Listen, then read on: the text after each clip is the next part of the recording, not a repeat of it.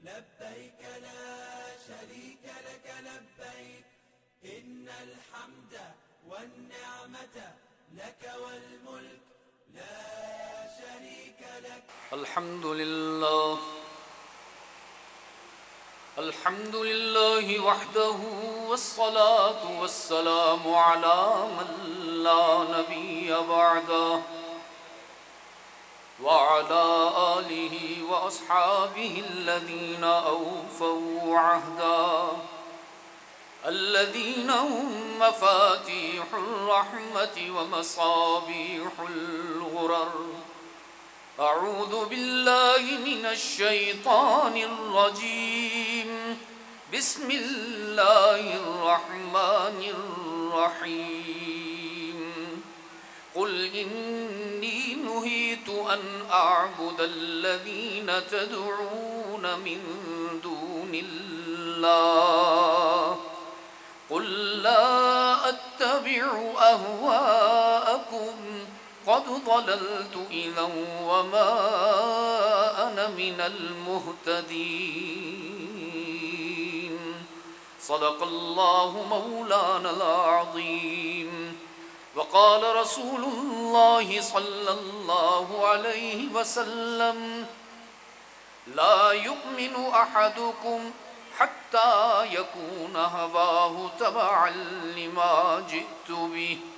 وصدق رسوله النبي الأمي الكريم.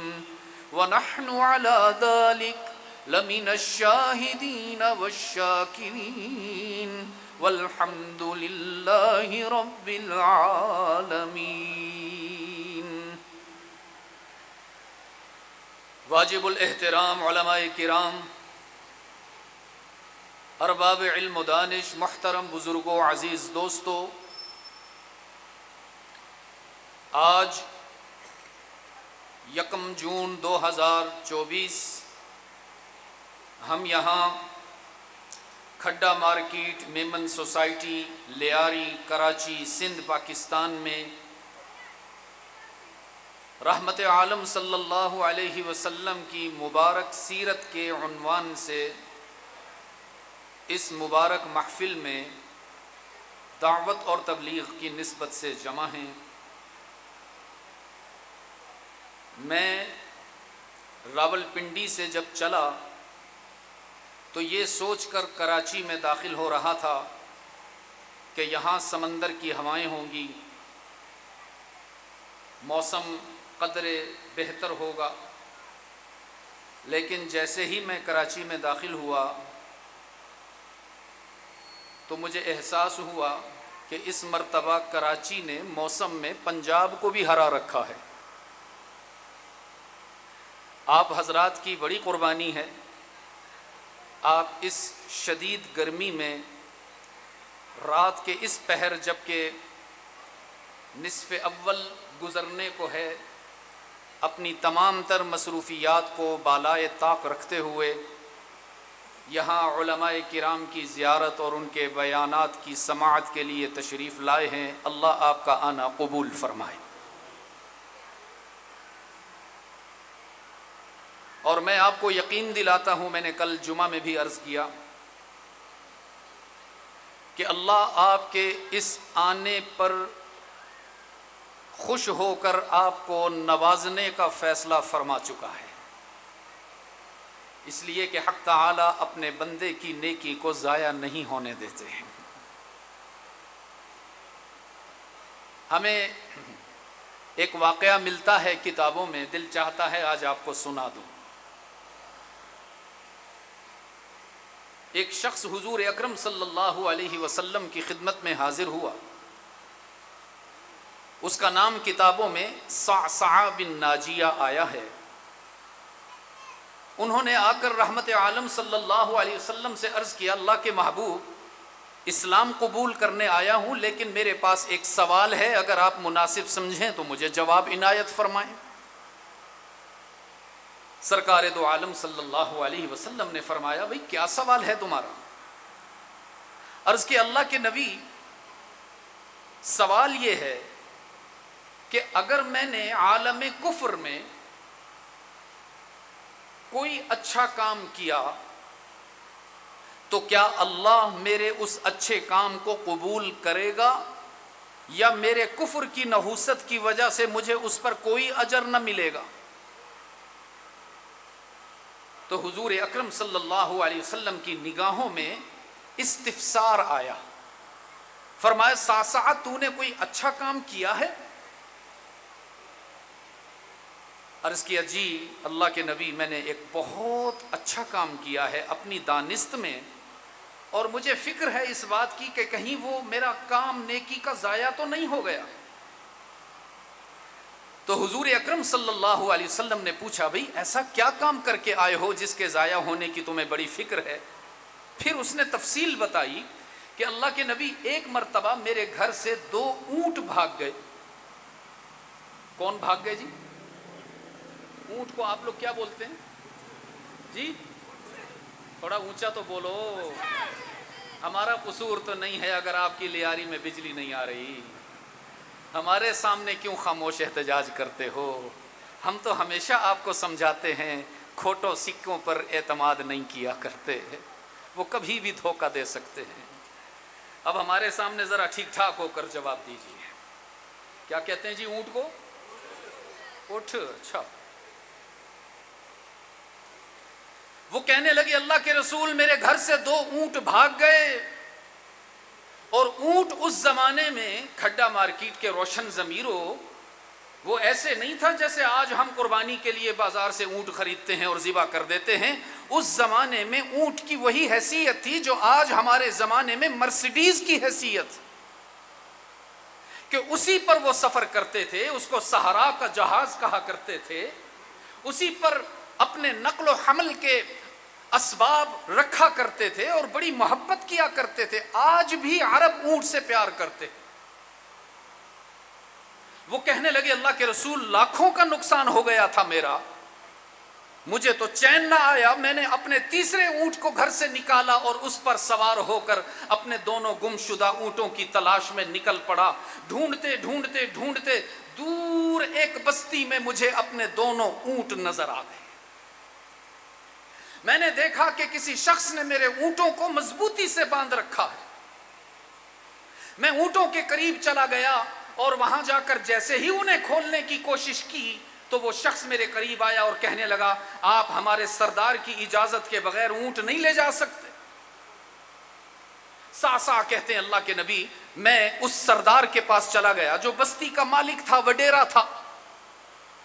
میں نے اس سے جا کر کہا کہ محترم یہ جو 2 اونٹ آپ نے باندھ رکھے ہیں یہ میرے اونٹ ہیں، راستہ بھول کر یہاں آ گئے ہیں، تو براہ کرم میرے اونٹ واپس کر دیجئے.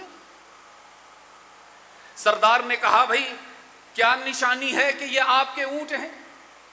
ایسا نہ ہو کہ ہم آپ کے کہنے پر آپ کو اونٹ دے دیں اور آپ کے جانے کے بعد کوئی اور مالک بن کر آ جائے ہم پر دعویٰ دائر کر دے. تو آپ ہمیں نشانیاں بتائیں، ہم ان نشانیوں کو میچ کریں گے. اگر اونٹ میں وہ نشانیاں پائی گئیں تو ہم آپ کے حوالے کر دیں گے.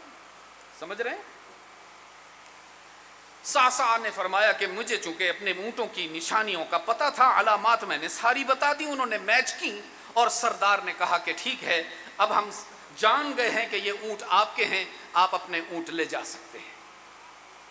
صعصعہ کہتے ہیں میں اونٹوں کو کھولنے کے لیے جانے لگا تو اتنے میں سردار کے جھونپڑے سے کسی معصوم نو مولود کے رونے کی آواز آئی. کیوں کھڈا مارکیٹ والو، جب بچہ جنم لیتا ہے تو دنیا میں آتے ہی سب سے پہلے کیا کام کرتا ہے جی؟ رو کر ہمیں یہ سبق دیتا ہے یہ دنیا وقت ضائع کرنے کی جگہ نہیں ہے، اللہ اور اس کے رسول کی محبت میں رونے کی جگہ ہے. صعصعہ کہتے ہیں جیسے ہی بچے کے رونے کی آواز آئی تو سردار نے اونچی آواز سے کہا اے کاش کہ لڑکا پیدا ہو لڑکی پیدا نہ ہو. صعصعہ کہتے ہیں میں بڑا حیران ہوا تو میں نے پوچھا سردار ایسا کیوں کہہ رہے ہو؟ لڑکا ہو یا لڑکی دونوں ہی نعمت ہوا کرتے ہیں. تو تو سردار نے کہا نہیں نہیں، تمہیں شاید ہمارے قبیلے کا رواج نہیں معلوم، اگر ہمارے ہاں لڑکا پیدا ہو ہم اس کا اچھا نام رکھتے ہیں، بہترین پرورش کرتے ہیں، عمدہ تربیت کرتے ہیں، تعلیم دلواتے ہیں، اس کو آلات حرب و ضرب سکھاتے ہیں، بہادر جوان اور دلیر بناتے ہیں، لیکن اگر ہمارے گھر میں لڑکی پیدا ہو جائے تو ہم اس کو زندہ زمین میں دفن کر دیتے ہیں۔ سن کر آپ کو برا لگ رہا ہے نا؟ بچی کو زندہ زمین میں دفن کر دیا جائے، یہ سن کر آپ کو خوشی ہو رہی ہے یا دکھ ہو رہا ہے؟ تو عزیز دوستو، آج بھی جب ہم اپنی بہنوں کو جائیداد میں حصہ نہیں دیتے نا، آج بھی جب ہم اپنی بیٹیوں کو جائیداد سے محروم کر دیتے ہیں تو یہ ان کو زندہ زمین میں دفن کرنے کے مترادف ہوا کرتا ہے۔ کس قدر خود غرض ہو گئے ہیں ہم لوگ، ساری زندگی اپنی بہنوں اور بیٹیوں کے ہاتھ سے پکی ہوئی روٹیاں کھاتے ہیں، ان کی بنائی ہوئی سحری پر روزہ رکھتے ہیں، ان کی بنائی ہوئی افطاری پر افطار کرتے ہیں، لیکن جب جائیداد میں حصہ دینے کی بات آتی ہے تو ان سے معافیاں کروا لیتے ہیں۔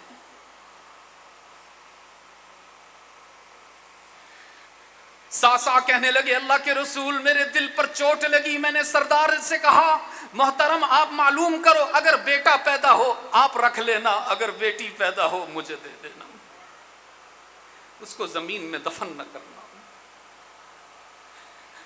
رحمت عالم صلی اللہ علیہ وسلم نے پوچھا پھر کیا ہوا ساسا؟ ساسا نے عرض کی اللہ کے نبی جب سردار نے معلوم کیا تو پتہ چلا بیٹا نہیں پیدا ہوا تھا، بیٹی ہی پیدا ہوئی تھی۔ میں نے سردار سے کہا اب تم اپنی زبان پوری کرو اور یہ بچی مجھے دے دو۔ سردار کہنے لگا ٹھیک ہے میں تمہیں دیتا ہوں لیکن مفت میں نہیں دوں گا، قیمت وصول کروں گا۔ ساسا نے کہا کیا قیمت لینا چاہتے ہو؟ تو سردار نے کہا یہ جو تمہارے اونٹ ہیں یہ مجھے دے دو، بچی لے لو۔ ساسا کہتے ہیں میں نے کچھ دیر سوچا، بہت بڑا سودا تھا، دماغ کہتا تھا بچی چھوڑ دو، دل کہتا تھا بچی کی جان بچا لو۔ دماغ کہتا تھا اونٹوں کو بچا لو اور دل کہتا تھا انسان کو بچا لو۔ اللہ کے رسول میں نے دماغ کی نہیں سنی، دل کو امام بنا کر فیصلہ کیا اور سردار سے کہا یہ اونٹ لے لیجئے اور بچی مجھے دے دیجئے۔ وہ سردار بھی کوئی سخت دل انسان تھا، وہ کہنے لگا نہیں نہیں، دو اونٹوں سے بات نہیں بنے گی، یہ جس تیسرے اونٹ پر تم آئے ہو یہ بھی مجھے دے دو، پھر میں تمہیں بچی دوں گا۔ ساسا نے کہا لے یہ تیسرا اونٹ بھی قربان ہے، تو یہ تینوں اونٹ لے لے اور بچی مجھے دے دے۔ ساسا کہنے لگے اللہ کے رسول جیسے ہی بچی کو سینے سے لگا کر میں اپنے گھر میں آیا مجھے لگا کہ میرے گھر میں رزق کا دروازہ نہیں کھلا، رزق کا آسمان کھل گیا ہے۔ میرے گھر سے پریشانیاں دور، دکھ ختم، غم ختم، مجھے اس نیکی کی لذت مل گئی اللہ کے رسول، اور میں نے اپنی زندگی کا ہدف طے کر لیا، مشن بنا لیا کہ خوب محنت کروں گا، پیسے جمع کروں گا، 3 اونٹ خریدوں گا اور بستی بستی قریہ قریہ گھوموں گا، جہاں کہیں کسی بچی کو زمین میں دفن کیا جاتا ہوگا وہاں جا کر 3 اونٹ دے دیا کروں گا، بچی لے لیا کروں گا۔ اللہ کے رسول کئی سال تک میں یہ کام کرتا رہا، 3 اونٹ لے کر جاتا، جہاں مجھے پتا چلتا بچی کو دفن کیا جا رہا ہے اونٹ دے دیتا، بچی لے لیتا۔ اللہ کے رسول اس وقت میری حویلی میں 360 بچیاں ہنستی کھیلتی نظر آتی ہیں۔ آپ مجھے بتاؤ کہیں اللہ میرے اس عمل کو ضائع تو نہیں کر دے گا؟ تو عزیز دوستو ہمارا نبی بھی تو فاطمہ کا ابا تھا نا، وہ بھی تو زینب رقیہ ام کلثوم کے والد گرامی تھے نا، ان کی آنکھوں سے آنسو ایسے چھم چھم گرنا شروع ہوئے جیسے ساون کی بارش ہو رہی۔ رحمت عالم صلی اللہ علیہ وسلم نے فرمایا ساسا چل کھڑا تو ہو نہ ذرا، تجھے محمد سینے سے لگا کر دل تو ٹھنڈا کر لے ذرا۔ پھر رحمت عالم نے فرمایا اللہ نے تیری نیکی قبول کی ہے اسی لیے آج تو محمد کے قدموں میں آیا بیٹھا ہے، اور میں تجھ سے وعدہ کرتا ہوں حشر کے روز جب اللہ اپنے خزانے تقسیم کر رہا ہوگا تو میں اس کی خدمت میں التجا کر کے تجھے اللہ کے خزانوں میں سے خزانہ خاص دلواؤں گا۔ میرے عزیز دوستو اس واقعے کو بنیاد بنا کر میں عرض کر رہا ہوں کہ آج آپ حضرات کا اس شدید گرمی میں اس دینی محفل میں رحمت عالم صلی اللہ علیہ وسلم کی سیرت کے عنوان سے جمع ہونا میرا دل مجھے کہتا ہے کہ انشاءاللہ آپ کا آنا اللہ کے ہاں یقیناً قبول ہو گیا ہے۔ مفصل بیان تو انشاءاللہ میرے بعد جوگی صاحب کریں گے، میں اپنی حاضری پوری کروں گا۔ رحمت عالم صلی اللہ علیہ وسلم کی رفیق حیات ام المؤمنین، مخدومۃ المسلمین، حبیب خدا، صدیقہ بنت صدیق اکبر سیدہ عائشہ رضی اللہ تعالی عنہا سے پوچھا گیا کہ ہمیں رحمت عالم صلی اللہ علیہ وسلم کی سیرت سے آگاہ کیجئے، ان کے اخلاق سے مطلع فرمائیے، ہمارے نبی کا اٹھنا بیٹھنا، سوچنا بولنا، سننا سونا جاگنا کیسا تھا، ہمیں کچھ بتائیے تو صحیح۔ تو صدیقہ کائنات نے فرمایا کیا تم قرآن نہیں پڑھتے؟ اما تقرأ القرآن، کیا تم قرآن نہیں پڑھتے ہو؟ عرض کیا ہم قرآن پڑھتے ہیں۔ تو صدیقہ کائنات نے فرمایا تو پھر مجھ سے کیا پوچھتے ہو؟ اللہ نے اپنے محبوب کا سارا حسن قرآن کے سپاروں میں چمکا رکھا ہے۔ میرے عزیز دوستو، رحمت عالم صلی اللہ علیہ وسلم کے سیرت کی بنیاد کیا تھی وہ عرض کرتا ہوں۔ آپ یقین فرمائیے اگر اس بنیاد میں ہم کمزور پڑ گئے تو شریعت کے کسی حکم کی اللہ کے ہاں قیمت نہ لگے گی۔ رحمت عالم صلی اللہ علیہ وسلم کی کسی سنت کی اللہ کے ہاں قیمت نہ لگے گی اگر اس بنیاد میں ہم کھرے نہ اتر سکیں۔ اور وہ بنیاد کیا ہے وہ عرض کرتا ہوں آپ کے ساتھ۔ رب العالمین نے فرمایا وَلَقَدْ أُوحِيَ إِلَيْكَ وَإِلَى الَّذِينَ مِن قَبْلِكَ وَلَقَدْ أُوحِيَ إِلَيْكَ وَإِلَى الَّذِينَ مِن قَبْلِكَ لَئِنْ أَشْرَكْتَ لَيَحْبَطَنَّ عَمَلُكَ۔ میرے محبوب آپ کے لیے بھی یہی ضابطہ بیان کر رہا ہوں، اور آپ سے پہلے تمام انبیاء اور رسل کے لیے بھی یہی قانون بتایا گیا کہ لَإِنْ أَشْرَكْتَ لَيَحْبَطَنَّ عَمَلُكَ۔ میری عبادت میں، میری ذات میں، میری صفات میں اور میری قدرت میں وفا کرنا میرے محبوب بے وفائی کی اجازت محمد کو بھی نہیں ہے۔ اگر اللہ کی ذات و صفات میں کسی کو شریک کر لیا، اگر اللہ کی عبادت میں کسی کی شرکت کو گوارا کر لیا تو میرے محبوب آپ کو بھی نقصان سے کوئی نہیں بچا سکے گا۔ ایک اور مقام پہ فرمایا وَإِلَٰهُكُمْ إِلَٰهٌ وَاحِدٌ۔ یہ قرآن کریم کا انوکھا دعویٰ ہے، پوری کائنات میں اس جیسا مضبوط، مستحکم اور حسین و متین دعویٰ کوئی نہیں۔ رب العالمین نے فرمایا وَإِلَٰهُكُمْ إِلَٰهٌ وَاحِدٌ، کوئی اور تمہارا معبود نہیں، کوئی اور تمہارا مسجود نہیں، کسی اور سے مشکلات میں مدد مانگنے کی اجازت نہیں۔ تم سب کا معبود کون ہے؟ ہائے ہائے، کاش کہ آپ کا جواب پرشباب ہوتا۔ آج تو آپ کے اور عرش معلیٰ کے درمیان کوئی رکاوٹ بھی نہیں، کوئی چھت نہیں، کوئی کنات نہیں، کوئی لینٹر نہیں، براہ راست آپ کی آواز عرش کو چھو جائے تو بات بن جائے۔ پھر پوچھتا ہوں آپ سے وَإِلَٰهُكُمْ إِلَٰهٌ وَاحِدٌ، تم سب کی عبادت کے لائق معبود کون ہے؟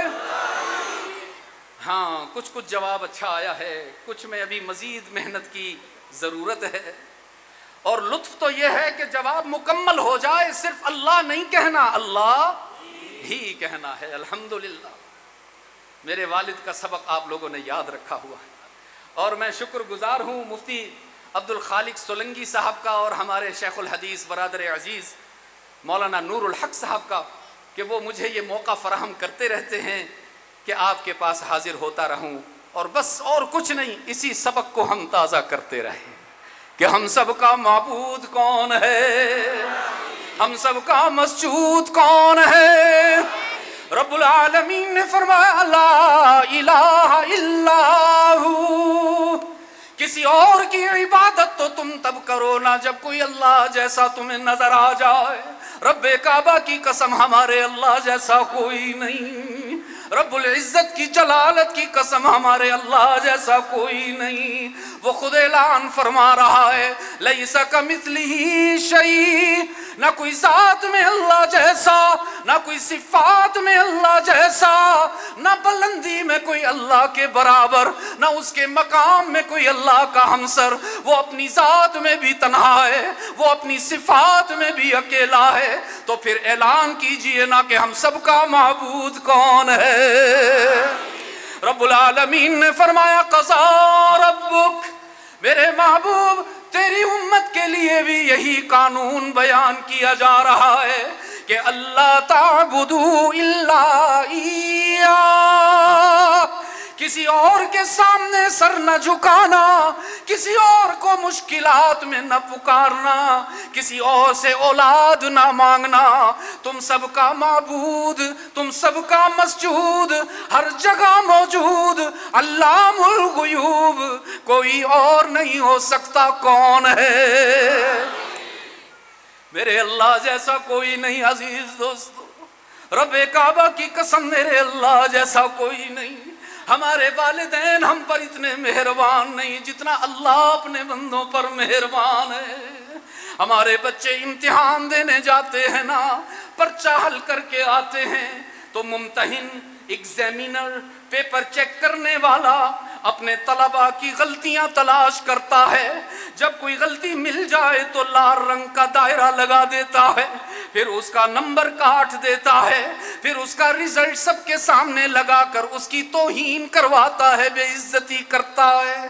میرا یہ ایمان ہے عزیز دوستو، دنیا کے ممتحن اپنے بچوں کو فیل کر کے خوش ہوتے ہیں اور اللہ اپنے بندوں کو پاس کر کے خوش ہوتا ہے. دنیا والے ہماری غلطیوں کو تلاش کرتے نظر آتے ہیں اور ہمارا معبود ہماری غلطیوں کو معاف کرتا نظر آتا ہے. دنیا والے ہمیں ذلیل کرنے میں خوش ہوتے ہیں، اللہ ہماری عزت بڑھانے میں خوشی محسوس کرتا ہے. اور مجھے وہ حدیث یاد آ گئی، رحمت عالم صلی اللہ علیہ وسلم نے فرمایا اللہ حشر کے روز ایک گنہگار کو قریب بلائیں گے. کس کو؟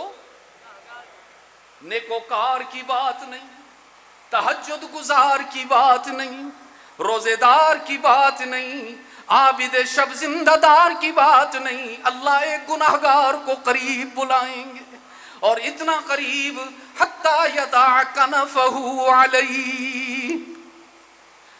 حدیث کے یہ الفاظ ایسے ہیں کہ ان کا ترجمہ اردو میں نہیں ہو سکتا. شاید جن علماء کے پاس علم و عمل کی بہتات ہے وہ اس کا ترجمہ کر سکیں، میں نہیں کرتا. اس موقع پر آ کر میں پریکٹیکل ٹرانسلیشن کرتا ہوں، عملی ترجمہ کرتا ہوں، اگر آپ سب کی نگاہیں میری طرف ہوں تو آپ کو سمجھا سکوں.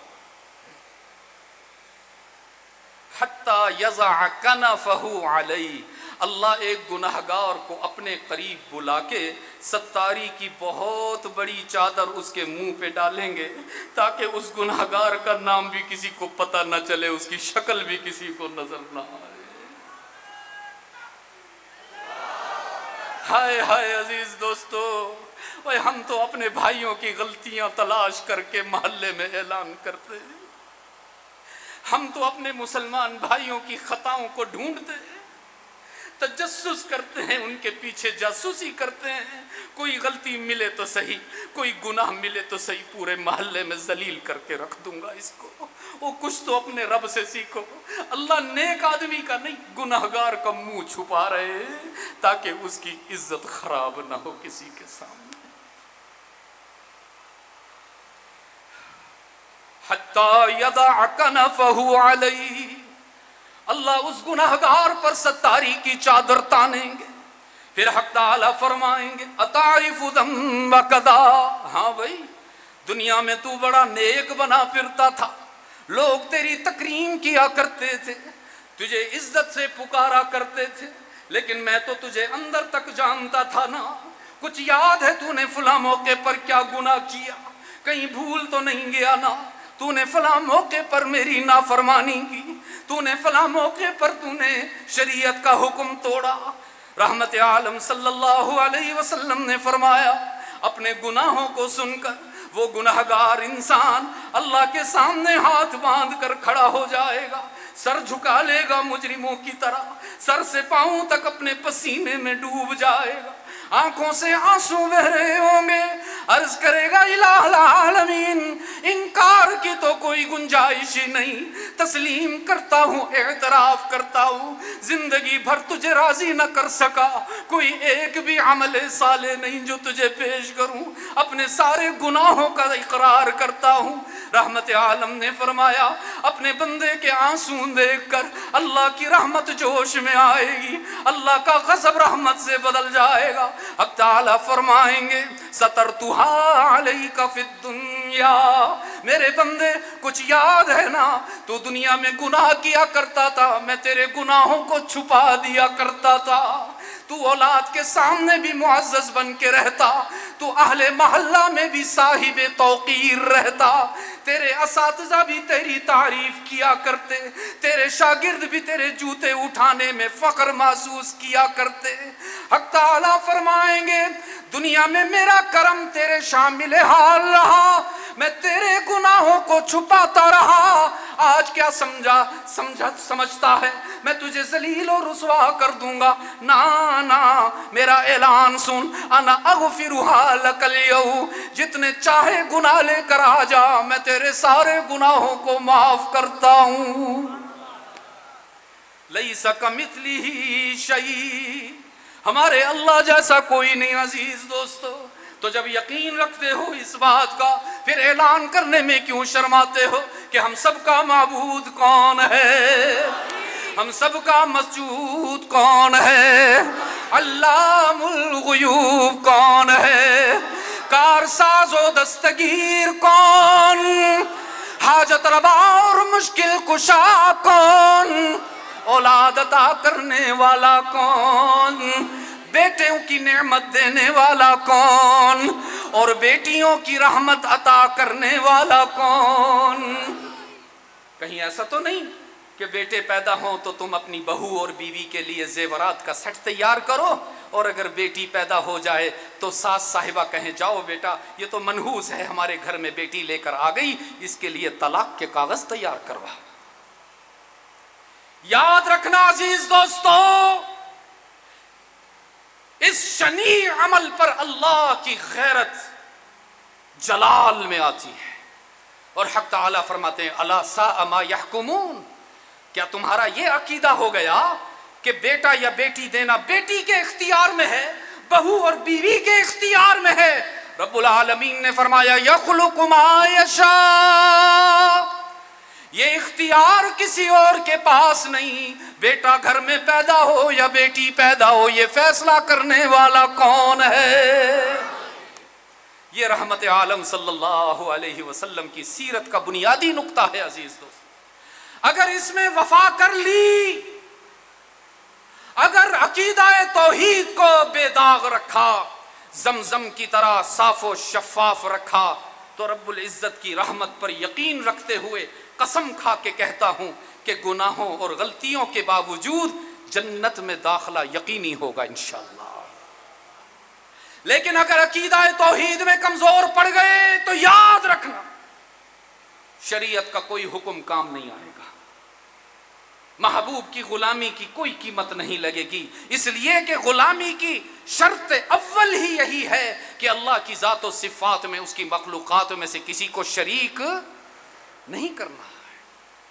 میرے آقا نے فرمایا تھا لا تشرک باللہ ان قتلتا او حرقتا او صلبتا۔ کھڈا مارکیٹ والو غور سے سننا، میرے آقا کا پیغام ہے تم سب کے لیے، اگر تمہیں کوئی آگ میں جھلسا دے، اگر تم پر تیر و تفنگ کی بارش برسا دے، اگر تمہیں کوئی پھانسی پر لٹکا دے، اگر کوئی تمہیں ریزہ ریزہ کر دے، ہر ستم گوارا کر لینا، لیکن اللہ کی ذات و صفات میں کسی کی شرکت کو گوارا نہیں کرنا۔ وعدہ کرتے ہیں میرے ساتھ؟ جو وعدہ کرتے ہیں ذرا ہاتھ بلند کریں، اور جو پکا وعدہ کرتے ہیں دونوں ہاتھ ہی اونچے کر لیں۔ اللہ آپ سب کو سلامت رکھے۔ عزیز دوستو، شدید گرمی میں آپ کی بھی حالت عجیب ہے اور میرا تو حال ہی ناگفتہ ہو گیا، تو میں اسی پر اکتفا کرتا ہوں۔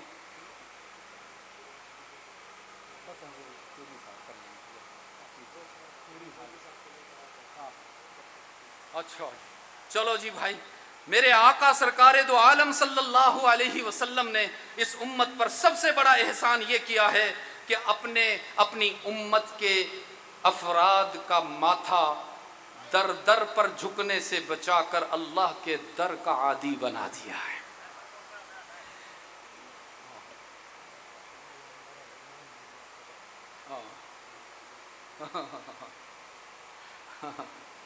اتنی ساری فرمائشیں آ رہی ہیں بھائی، جون کا مہینہ ہے، کچھ تو اللہ کا خیال، کچھ تو خدا کا خوف کرو۔ کسی روشن ضمیر نے رحمت عالم کے اس احسان کو یاد کروایا ہے، فرمایا خدا کے سامنے ہم کو جبیں سائی سکھائی ہے۔ جبیں سائی کسے کہتے ہیں؟ آپ تو اہل زبان ہیں۔ سجدہ ریزی، سر جھکانا، ماتھے کو زمین پر ٹیکنا، اس کو جبیں سائی کہتے ہیں۔ خدا کے سامنے ہم کو جبیں سائی سکھائی ہے، محمد مصطفیٰ نے ہم کو دانائی سکھائی ہے۔ اللہ اور اس کے محبوب کی نظر میں عقل مند وہ نہیں جو سرمایہ دار ہو، اللہ اور اس کے رسول کی نظر میں عقل مند وہ نہیں جس کے پاس ڈالروں کا ڈھیر لگا ہوا ہو، اللہ اور اس کے رسول کی نظر میں عقل مند وہ ہے جو اللہ کے ساتھ عقیدہ توحید میں وفا کر رہا ہو۔ آپ کرتے ہو وفا؟ کرتے ہو؟ تو کیا خیال ہے مل کر ذرا عقیدہ توحید کا اظہار نہ ہو جائے؟ میرے ساتھ مل کر پڑھ لیجئے نا، لا الہ الا اللہ، لا۔ پنکھا ادھر، آپ سب گواہ ہیں، میں آپ کی طرح بیٹھا ہوں۔ میں نے بیان شروع کرنے سے پہلے کہا تھا پنکھا میری طرف نہیں کرو، جیسے میرے سامعین ہوں گے ویسے ہی مخاطب ہوگا۔ تو بھائی پھر میں تو سر سے پاؤں تک پسینے میں ڈوب گیا، اور آپ ذکر اللہ کرتے ہوئے آپ کی آواز ہی نہ نکلے تو پھر لطف تو نہ آیا نا، محبت تو نہ ہوئی نا۔ پھر میرے عزیز دوستو، اس انداز میں اللہ کا ذکر کیجئے کہ اللہ خوش ہو جائے۔ صحابہ نے عرض کیا تھا، من اسعد الناس بشفاعتک یوم القیامہ، اللہ کے محبوب وہ کون خوش نصیب ہوگا جس کو حشر کے روز آپ کی شفاعت نصیب ہوگی؟ رحمت عالم نے فرمایا تھا، من قال لا الہ الا اللہ مخلصا بقلبہ، جو ڈر کے نہیں، گھبرا کے نہیں، شرما کے نہیں، اللہ کی محبت میں دیوانہ ہو کر اپنے دل کو اللہ کے ساتھ جوڑ کر پڑھے گا، لا الہ الا اللہ، لا الہ۔ جزاک اللہ۔ وہ جو آخر میں کھڑے ہیں دوست، وہاں تک میری نظر نہیں جا رہی، ان کی آواز یہاں پر آئے تو بات بن جائے، لا الہ الا اللہ، لا الہ الا اللہ۔ یہ میرا ایمان ہے، میرے الہ تیرے سوا، یہ میرا ایمان ہے، میرے الہ تیرے سوا، کوئی داتا نہیں نہ کوئی دوسرا مشکل کشا، لا الہ الا اللہ، لا الہ الا اللہ۔